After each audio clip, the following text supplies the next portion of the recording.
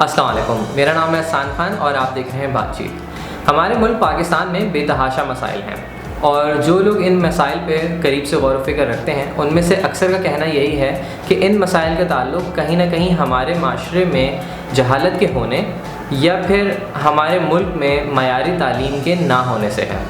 अब ये मयारी तालीम होती क्या है और पाकिस्तान के तालीमी निज़ाम के असल मसाइल क्या हैं, इस सब पे बातचीत करने के लिए मैंने अपने एक बहुत अच्छे दोस्त अली मुर्तज़ा को आज अपने शो में बुलाया है।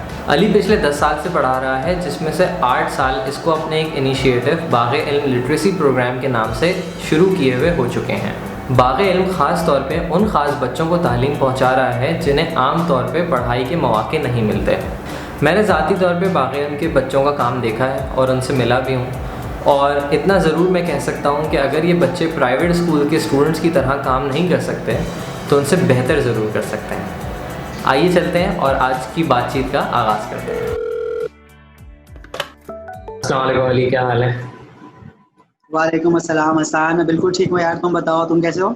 अल्लाह का शुक्र, अल्लाह का शुक्र। अली मुझे ये बताओ कि भाई ऑब्वियसली हम लोग तो दोनों दोस्त हैं, तो मैं बहुत सारी चीज़ें जानता भी हूँ तुम्हारे बारे में और कुछ भी, लेकिन जो लोग इसको मज़ीद देख रहे हैं वीडियो को, मैं चाहूँगा तुम थोड़ा सा अपना अगर इंट्रोडक्शन खुद भी दे दो बड़ा ब्रीफली कि तुम कौन हो, बेसिकली क्या करते हो, और थोड़ा बहुत बाग़-ए-इल्म का भी इंट्रोडक्शन दे दो। फिर जो हमारा टॉपिक है एजुकेशन के ऊपर, हम उसके ऊपर फिर आते हैं। तो भाई मेरा नाम है अली मुर्तज़ा और मैं एक डिज़ाइनर हूँ और मैं एक पैशनेट टीचर हूँ। तो मुझे बचपन से जो है ना वो पढ़ाने का बहुत शौक रहा है।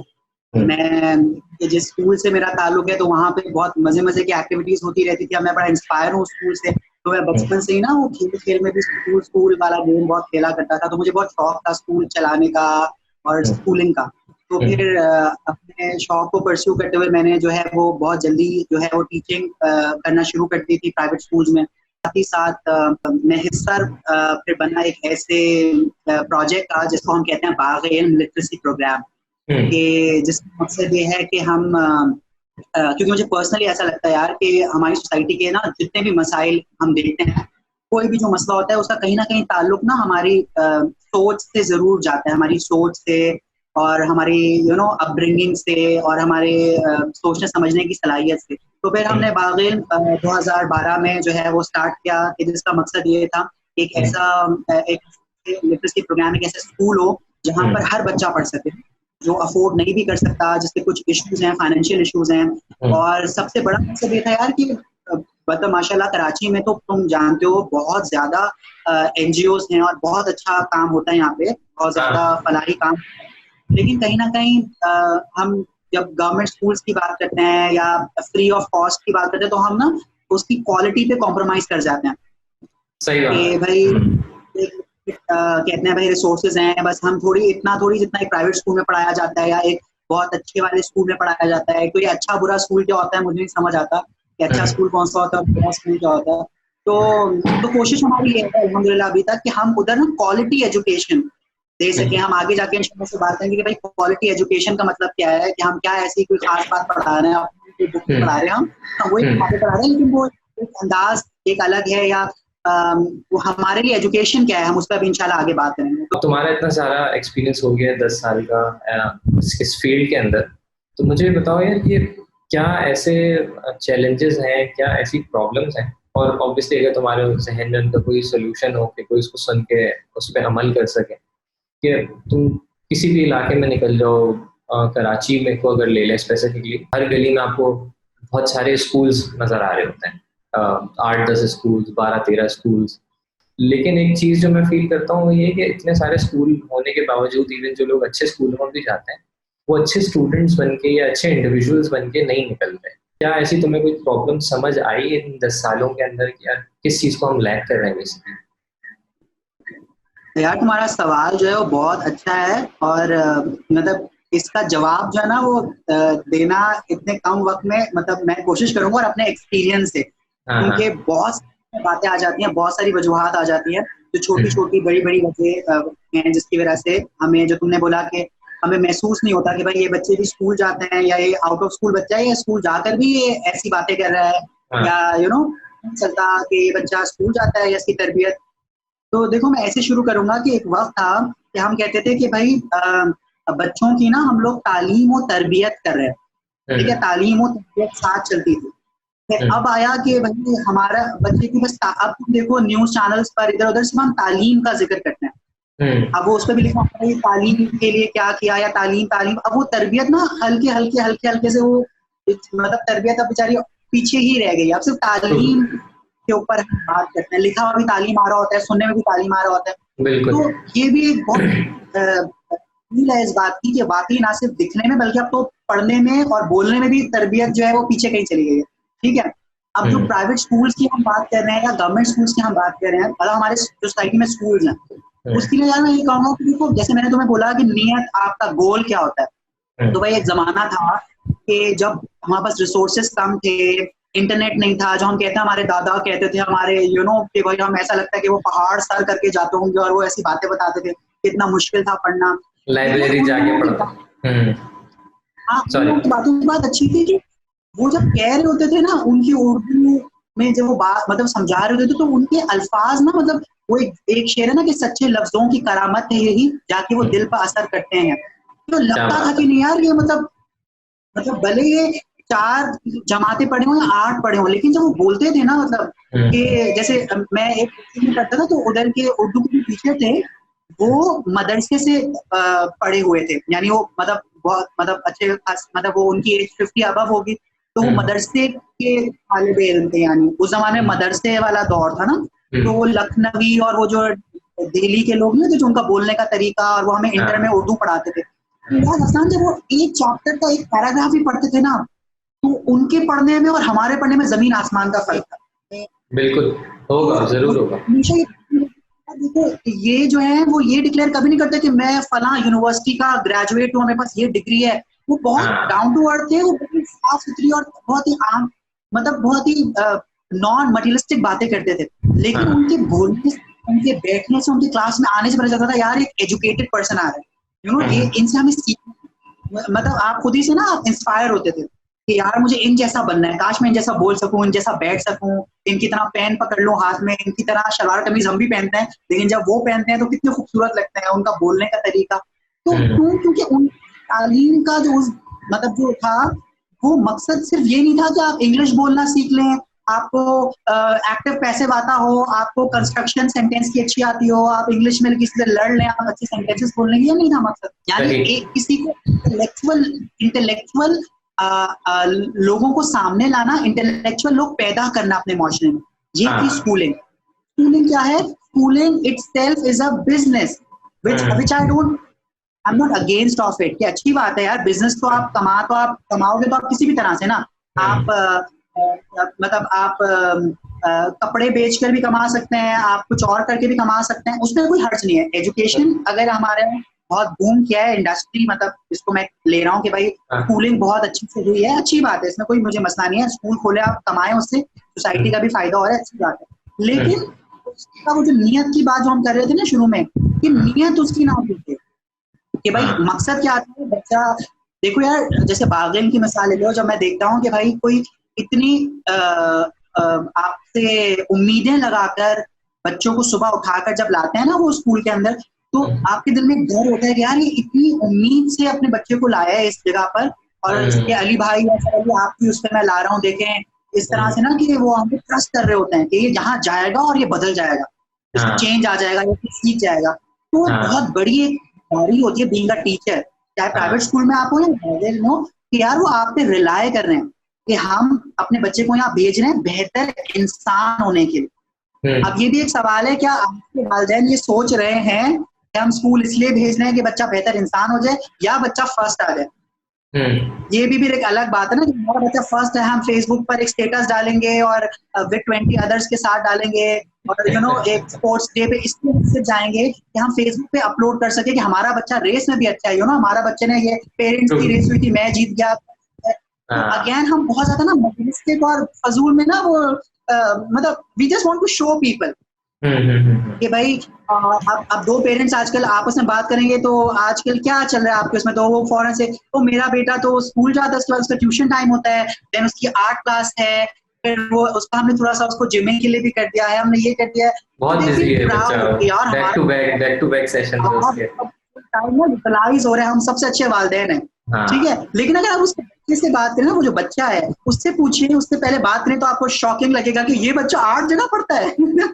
हमें तो वो बेचारा रोबोट बन चुका होता है कि वो पढ़ रहा है। दूसरी बात ये है कि तुम यकीन नहीं करोगे, क्योंकि जब हम एक्टिविटी बेस्ड लर्निंग करते हैं, इवेंट्स ऑफ एडुटेनमेंट का मकसद ये था कि एड्यूटेनमेंट बजाय कोई लफ्ज नहीं है, एड्यूटेनमेंट वो हमने खुद बनाया कि भाई एजुकेशन और एंटरटेनमेंट को मिलाएं तो एड्यूटेनमेंट बने। बिल्कुल। तो जब वो स्टार्ट किया ना, तो मैं सेशंस देने खुद जाता था, अभी भी जाता हूँ। तो जब हम ओरिएंटेशन करते थे, तो तुम यकीन करो हसन, प्राइवेट स्कूल्स की मैं बात बता रहा हूँ कि जो बच्चे होते थे ना, उनको नहीं पता था कि एक्सप्रेस कैसे करते हैं खुशी। यार कोई बच्चा खुश भी हो रहा है ना, तो वो बेचारा ऐसे ऐसे कि मैं सोच रहा यार, हम तो बचपन में उछलते कूदते थे, एंजॉय करते थे, कोई आ जाए अगर हमारे यहाँ तो फाइनेंस वाले भी आ जाते थे। तुम्हें पता है मैं किस ब्रांड की बात कर रहा हूँ, वो जो ग्रीन लेकर आ जाते थे और वो साबुन वाला ब्रांड, तो वो कितने खुश यार, वो एनिमेटेड मूवी देखेंगे हम और खुश होंगे, वो एक किताब का मिलेगा। लेकिन ये बच्चे बेचारे, पता नहीं उनका बचपन से आहिस्ता आहिस्ता ना, वो मतलब वो बच्चे नहीं रहे ना। क्योंकि भाई बच्चे ने ये सोचकर कर दिया कि देखो, बीइंग अ पेरेंट, सबसे पहले तो यहाँ से शुरू करते हैं बात कि I should own my kid. मेरे बच्चे का चीखना चिल्लाना, मेरे बच्चे का खुश होना, मेरे बच्चे का नाराज होना, वो सब मेरे बच्चे की जात का हिस्सा है। सही है। तो हम कैसे समझते हैं कि नहीं, हमारा बच्चा जो है वो अगर किसी मेहमान के सामने उसने बिस्किट उठा लिया टेबल पे से, तो मैं लगता मेरी तो इज्जत मतलब खराब हो गई ना मेहमान के सामने। यार बच्चा बिस्किट नहीं खाएगा तो कौन, बच्चा नहीं रोएगा तो कौन रोएगा, बच्चा जिद नहीं करेगा तो कौन जिद करेगा। हम चाहते हैं कि हमारे बच्चे, जो तुम कह रहे हो रोबोटिक, ये हम चाहते हैं थे शायद हमारे बच्चे रोबोटिक हो जाए। खाना खाया जी खाया, पानी पिया जी पिया, बस ना मुस्कुराएगा बेटा क्या खा। ठीक है, तो ये सीन है। अब एजुकेशन पे वापस आते हैं, तो अब हम लोगों ने ना बहुत ज्यादा इन्वेस्ट करना शुरू किया पेरेंट्स की साइकोलॉजी को लेकर, स्कूल ओनर्स ने, कि पेरेंट्स क्या चाह रहे हैं कि हमारा बच्चा वो इंसाइक्लोपीडिया हो जाए, वो फट टेबल सुना दे। इससे आपकी इज्जत बढ़ रही है ना लोगों के सामने।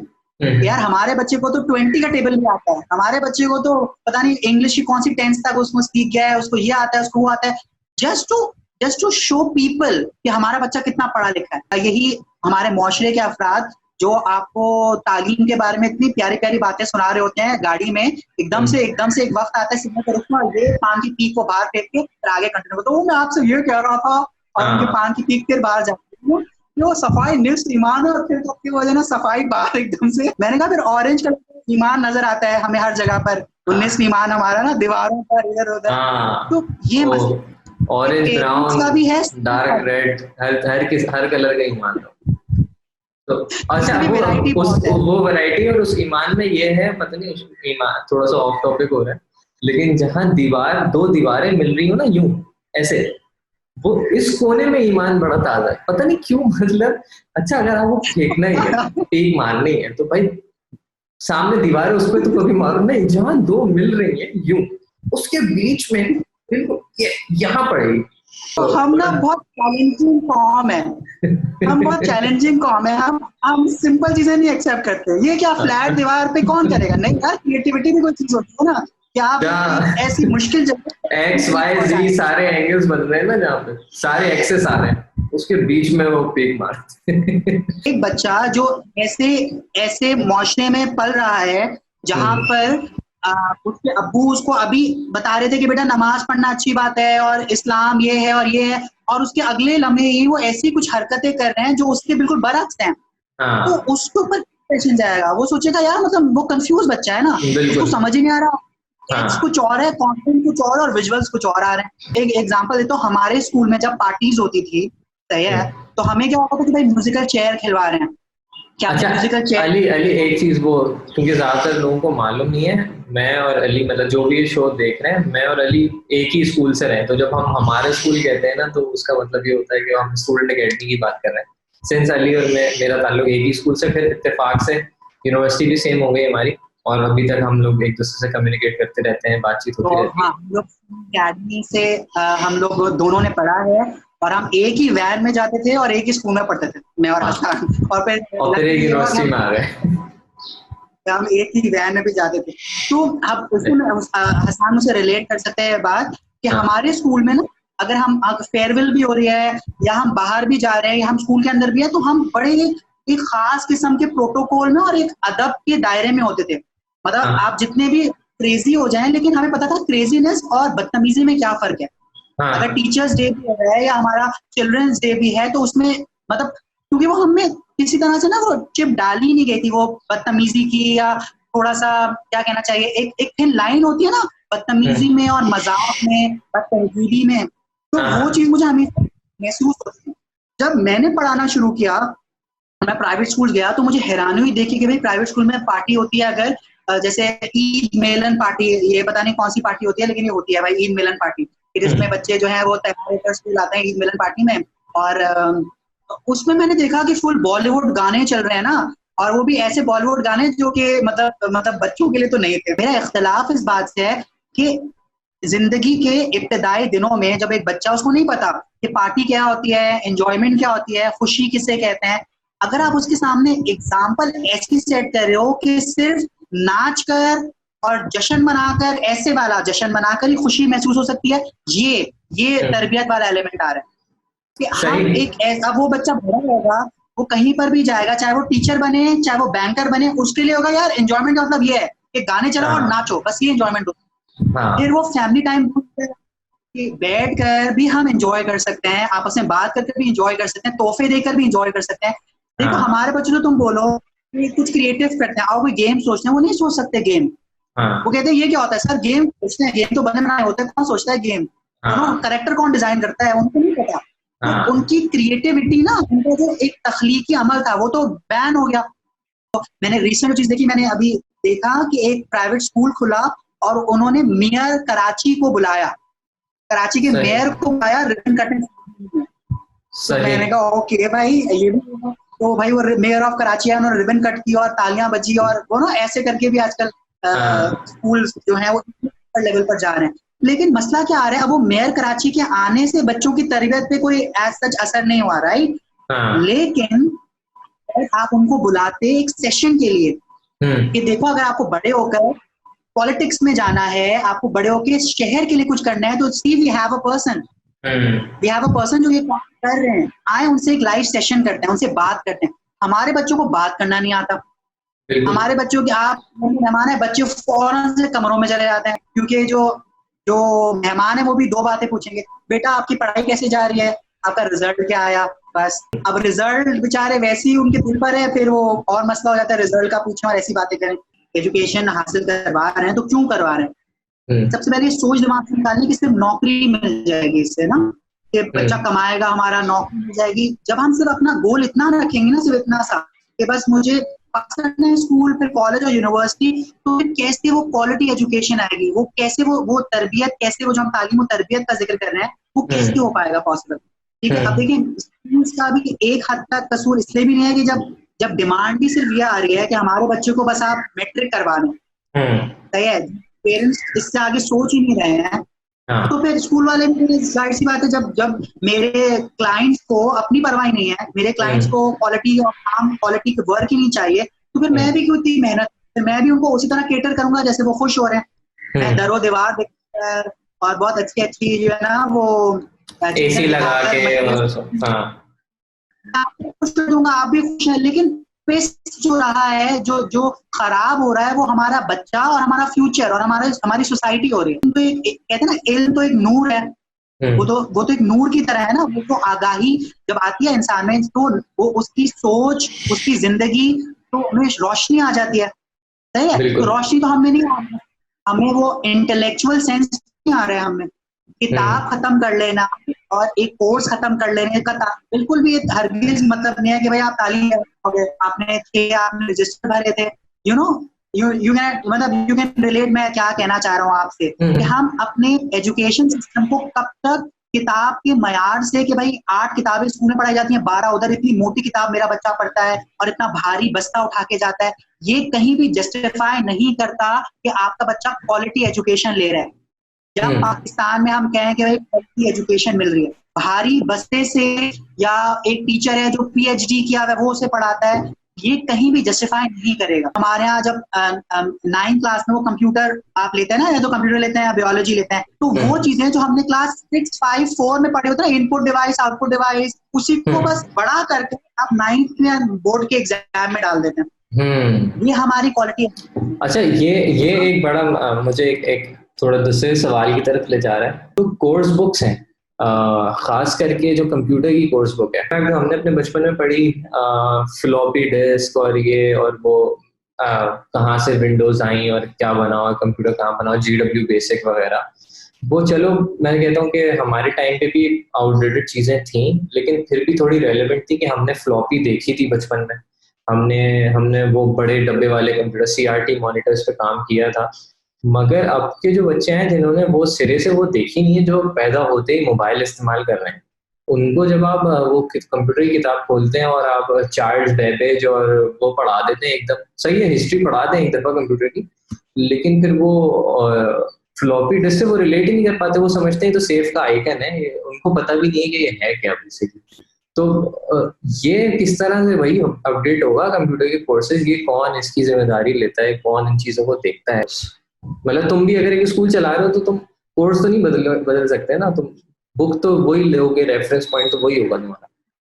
तो यार अब जो तुम सवाल पूछ रहे हो कोर्स का, ऑब्वियसली कोर्स कौन चेंज करेगा, ठीक है, वो उसमें फिर हमारे तालीमी इदारे जो हमारी गवर्नमेंट लेवल पे चीज जाती है, लेकिन वो तब जाएगी जब हम रियलाइज करेंगे कि हम कोर्स अपग्रेड करने से पहले अपनी नियत को, अपने एम्बिशन को अपग्रेड कर लें कि भाई स्कूल बच्चे को इसलिए नहीं भेजना कि नौकरी लगेगी, स्कूल बच्चे को इसलिए भेजना है कि हमारा बच्चा इस मुआशरे का एक तालीम याफ्ता, सही मायने में बाशऊर फर्द बनेगा।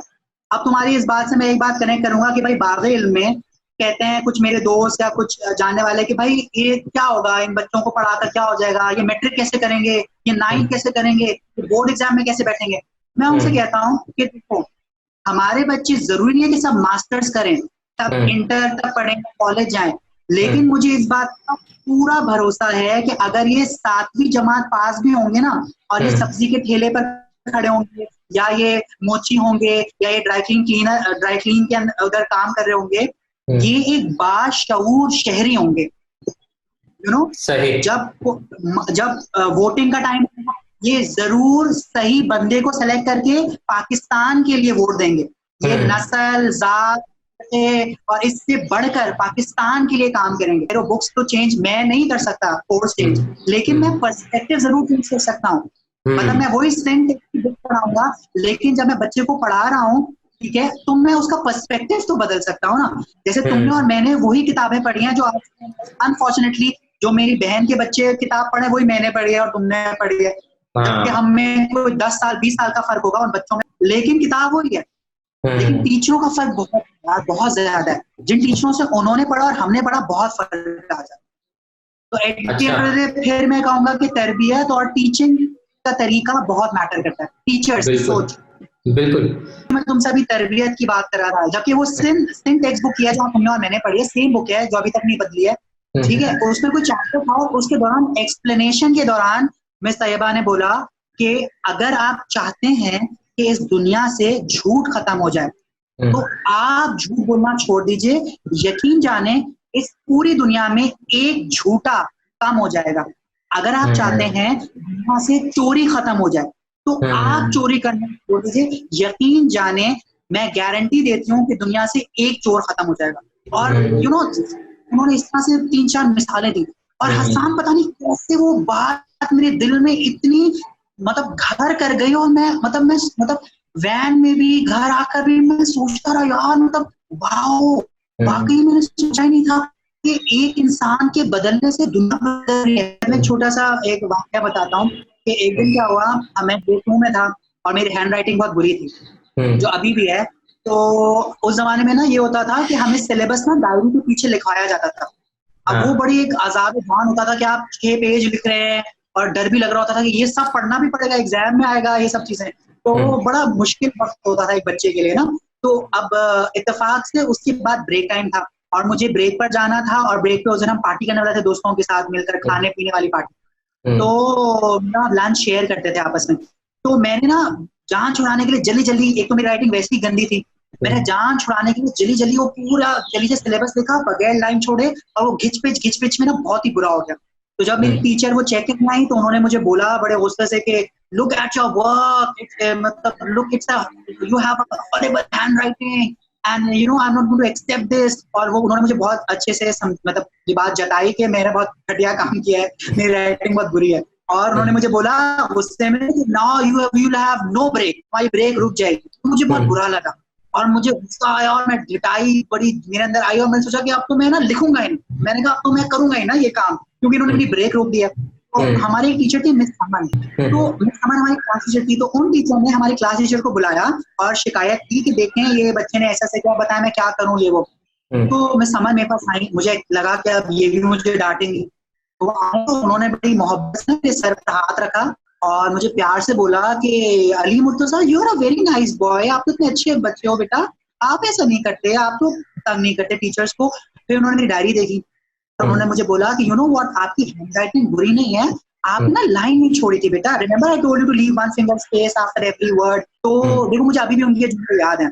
और जो है मैं मेरा वो जो अंदर का एक शैतान था जो मुझे कह रहा था कि नहीं नहीं नहीं यू नो डिटाई दिखानी है काम नहीं, वो एकदम से गायब हो गया। और मैंने वो तमाम सिलेबस विद इन 5 मिनट्स उस मोहब्बत में, उस प्यार में, उस एप्रिसिएशन में जो उन्होंने मुझे दिखाई थी कि मेरी हैंडराइटिंग बुरी नहीं है, मैंने वो कर दिया। और जो टीचर बराबर में खड़ी थी वो मुझे उस तरह से देख रही थी कि अच्छा ये तो कर रहा है, मतलब पहले तो ये बदतमीजी कर रहा था, ये तो सबसे स्टबर्न स्टूडेंट था। सोशल मीडिया पे आजकल काफी तनकीद हो रही है टीचर्स पे, जो कि ऑनलाइन क्लासेस दे रहे हैं कि टीचर्स जो है ना अब सिर्फ फॉर्मेलिटी पूरी कर रहे हैं अपनी।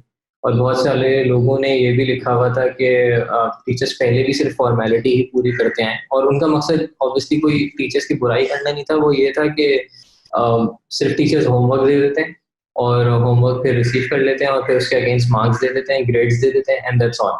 तो ये सिर्फ एक फॉर्मेलिटी पूरी हो रही है और रियल मायनों में जो पढ़ाई है वो नहीं हो रही। तो तुम्हें लगता है कि ऐसा है या मेजोरिटी ऐसी है और अच्छे टीचर्स भी हैं, क्या क्या इसकी क्या सिचुएशन है इस सब की? यार देखो पहली चीज तो ये है कि it may vary from teacher to teacher and student to student also. मैं डिसएग्री नहीं करता, होगा ऐसा कि कुछ लोग सिर्फ फॉर्मेलिटी के तौर पर ऐसा कर रहे होंगे, होगा ऐसा, ठीक है। पर तुम ये भी तो देखना कुछ बच्चे भी तो ऐसे हैं जो सिर्फ फॉर्मेलिटी समझकर वीडियो ऑन कर रहे हैं और बस वो बैठे हुए हैं टू किल टाइम। तो जब देखो कहते हैं जब आप प्यासे हैं तो आप कुएं के पास जाएंगे, कुआं तो आपके पास नहीं आएगा। तो आपने थर्ड से पढ़ाई की तो वो टीचर आपके घर भी आ जाए, घर पे भी आके पढ़ना ही नहीं है, हमें तो सिर्फ डिग्री चाहिए ना, यहाँ पे आ रहा है, मैं तो सिर्फ तो जब आपको सिर्फ डिग्री चाहिए तो फिर आप टीचर को कसूरवार मत कराएं, आवे तो व्हाट टू से।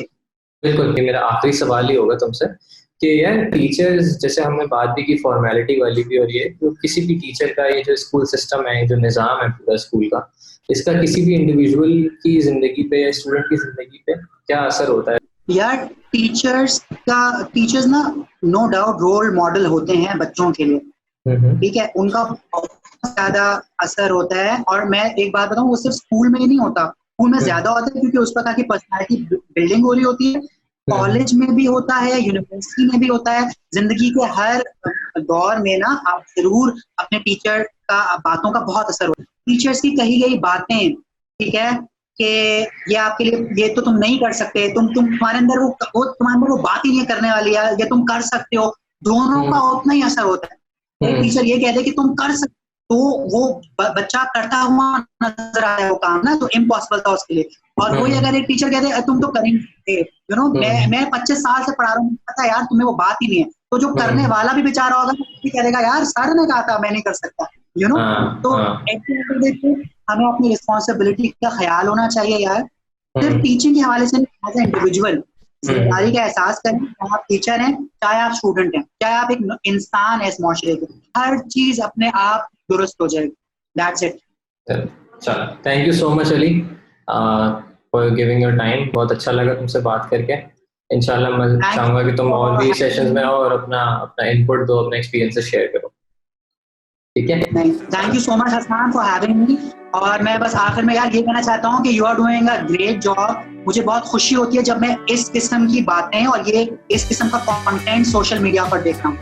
तो thank you so much for doing this. You are welcome, you are welcome, thank you so much. Likewise, likewise. Okay, अल्लाह हाफिज़।